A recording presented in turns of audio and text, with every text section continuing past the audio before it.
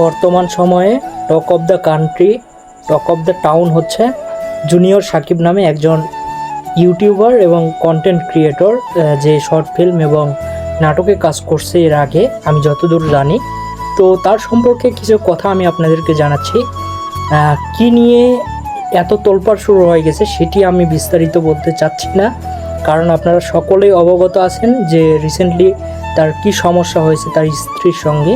তো আমি এই ব্যাপারে একটা কথাই বলবো, এটি যদি সত্যি হয়ে থাকে তো আমি মহান আল্লাহ তাআলার কাছে দোয়া করব এবং আপনাদেরকে রিকোয়েস্ট করব আপনারা ওর জন্য দোয়া করবেন যাতে মহান আল্লাহ তাআলা তাকে সুস্থতা দান করে। আর আমার ব্যক্তিগতভাবে মনে হচ্ছে যে এটা পুরোটাই একটা ভাইরাল হওয়ার ধান্দা। বোঝাতে পেরেছি আমি কেন বললাম এই কথাটা?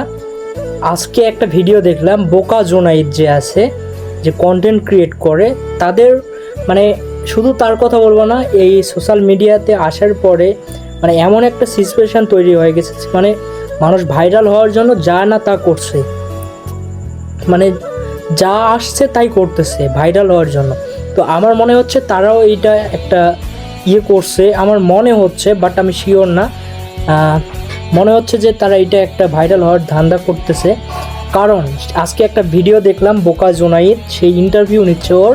তো সেখানে বলতেছে যে আমি এখন মোটামুটি সুস্থ আছি, জুনিয়র সাকিব বলছে যে মোটামুটি সুস্থ আছি আর আমি এখন অবস্থান করতেছি আইসিইউতে।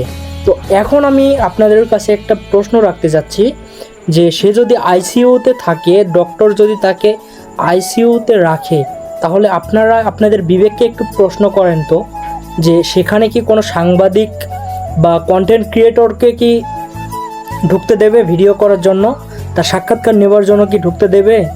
এটা মনে হয় একটা প্রফেশনাল সাংবাদিককেও তো অ্যালাউ করবে না যদি আইসিইউতে রাখা হয়। আইসিইউ মানে কি? তার অবস্থা যখন সংকটাপন্ন হবে তখন তাকে আইসিইউতে রাখা হবে, সেই মুহূর্তে তার সঙ্গে কথা বলার মতো মানে কাউকে স্কোপে দেওয়া হবে না। সেই জায়গা থেকে সবাই ভিডিও তৈরি করতেছে, মানে এমন কোনো ইউটিউবার নাই যেখানে গিয়ে তারা ভিডিও তৈরি করেনি, সবাই ওর সাক্ষাৎকার নিচ্ছে। মানে আমার যতদূর মনে হচ্ছে যে যত ইউটিউবার আছে সবগুলো মিলে তাকে ভাইরাল করার চেষ্টা করতেছে, আর তাদের পেজ থেকে, ইউটিউব চ্যানেল থেকে যা ইনকাম হবে সবাই এটা ভাগ করে নেবে। এটা একটা মনে হচ্ছে তাদের ধান্দা, ভাইরাল হওয়ার ধান্দা। তাছাড়া আইসিইউতে থাকলে তাদেরকে অ্যালাউ করবে কেন, ভিডিও করতে দেবে কেন, এটা বলেন তো?